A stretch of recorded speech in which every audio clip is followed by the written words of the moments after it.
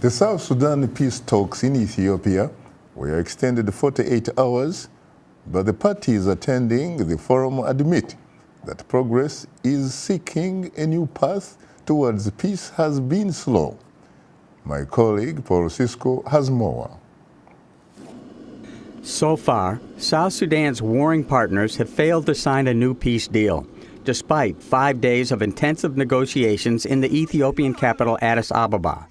Church leaders taking part in the talks have urged the parties to compromise, cooperate, and work with IGAD, the regional East African group, for the sake of millions of suffering South Sudanese. Ismail Weiss is IGAD's special envoy to South Sudan. South Sudanese stakeholders asked to be alone and continue the consultations among themselves.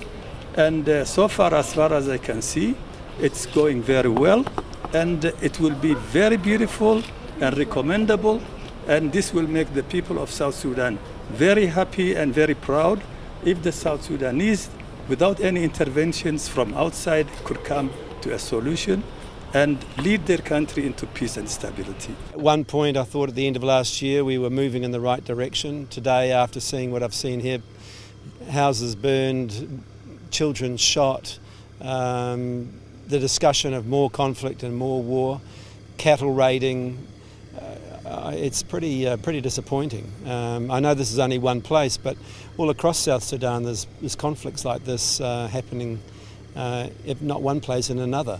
Women activists at the talks are calling for 35% participation in all upcoming processes. It is a time for them to decide for our country, to decide for the peace. This is what the South Sudan people need.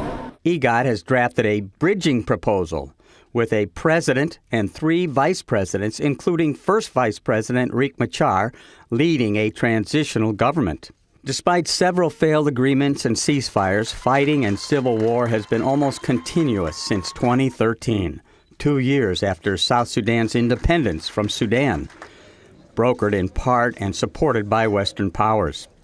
Almost 2.5 million people, mostly women and children, have been forced to seek refuge in Kenya, Uganda, Sudan, Ethiopia, the DRC, and the Central African Republic, neighboring states. Millions more have been uprooted internally, and tens of thousands of people have been killed. Paul Sisco, VOA News, Washington. Thanks, Paul, for that interesting report.